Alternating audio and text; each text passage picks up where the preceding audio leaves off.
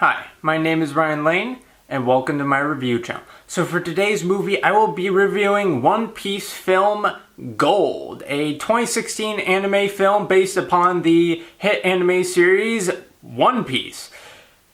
Anyway, so two things before I start. One, I am reviewing the subtitled version of this movie, and two, I am completely new to this series. I have not read any of the manga. I have not seen any of the numerous episodes, from what I've heard, of the anime series itself.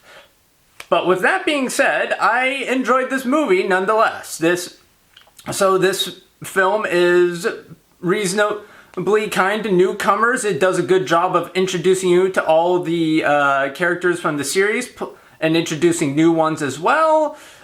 Although there are some characters that do seem to factor into the plot that longtime viewers will understand, but newcomers will be in the dark on. But I'll get to that later in the video. Anyway, so this film stars the Straw Hat pirate gang as they go to Gran Tesoro, which is basically Vegas but on the ocean, which is ran by Tesoro, a man who is so obsessed with gold, even King Midas would be like, "Yo, dude, you need some help there." Anyway, so the Straw Hat Gang comes to visit, and so they decide to do what most people do when they go to casinos. They gamble. And however, unlike most people who go to casinos, they win a lot of berries. And you might be wondering, berries, what's a berry? Basically it's just a paper bill. As to why they call their currency berries, despite, not seemingly being connected to the value of like an actual berry as we know it in the real world, I don't know. Maybe the anime series explains it better. Anyway, so after making one too many bets, the Straw Hat Gang, they lose one of their members, Zoro, to Tesoro, and it's up to them to get it back. So, just overall what I love about this series is just the overall Straw Hat pirate gang themselves. They're full of a fun cast of characters, they all of which interact well off each other. There's a Luffy, a impulsive, a little rubber stretchery guy who is dedicated to helping his friends. There's Nami, the seeming leader of the group who is obsessed with winning, a bit to the detriment of the group at one point.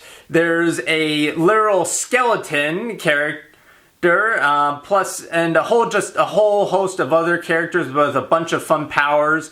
And they will need those fun powers too, because the villains have a lot of other creative and really hard to beat powers. Again, as I mentioned before, there's Tesoro, a man, and remember how I said he's obsessed with gold? Well, that's not just for the heck of it. He does it because he has powers over gold, he can manipulate it, and he makes for a really threatening villain. Plus, he's just plain old psychotic, and he will do anything for entertainment value. And as he exclaims, "This is entertainment." And he gets a lot of glee out of the suffering of people. And he's kind of like the Grandmaster from Thor Ragnarok, but kind of better written and way better acted. No disrespect to Jeff Goldblum, but Tesoro runs miles around Jeff Goldblum's take on the insane character obsessed with wealth and power and entertaining his fellow subjects. Also, there's a head of security, Tanaka, who can phase through walls, plus a character named Baccarat, who I won't spoil her power, but it is really good and leads to a lot of great laughs in the film and requires a lot of creativity to defeat.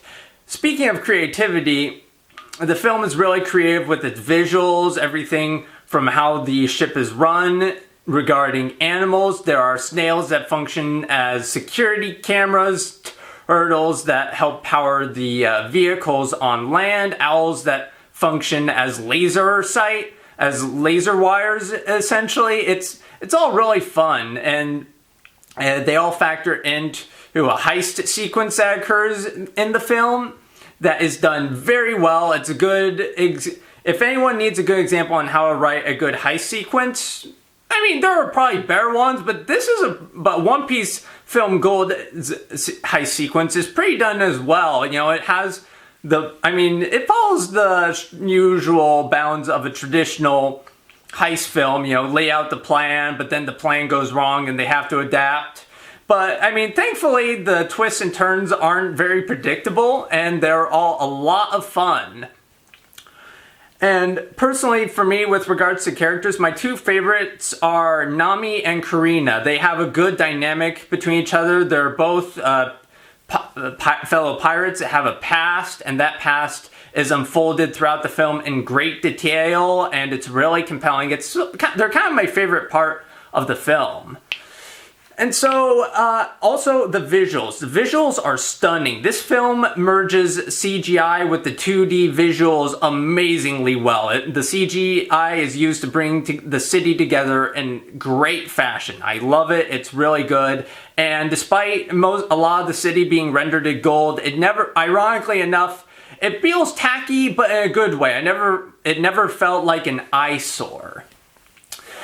So I guess with all that in mind, there are a few issues with this film. Again, they're relatively minimal, but they are issues. Like, for example, the climax not the climax, the third act, it kind of drags a bit. Like, at one point you think, okay, all right, we should be finishing within about 10 to 15 minutes, give or take, but it feels significantly longer than that. And again, I had plenty of fun throughout the film, thanks to great visual gags, smart writing in terms of how the heroes defeat the villains, but it starts to drag after a bit.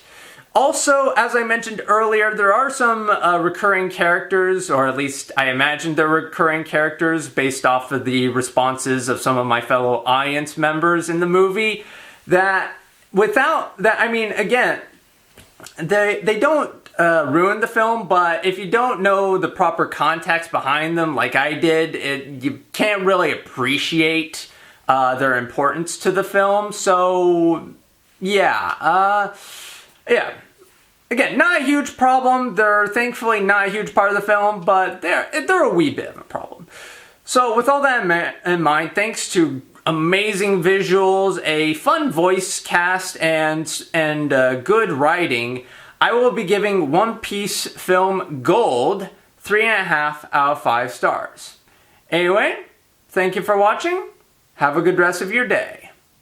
If you like this review and would like to see more like it, be sure to like and subscribe and leave a comment down below. And for today's comment section prompt of the day, what anime series would you like to see a film based on?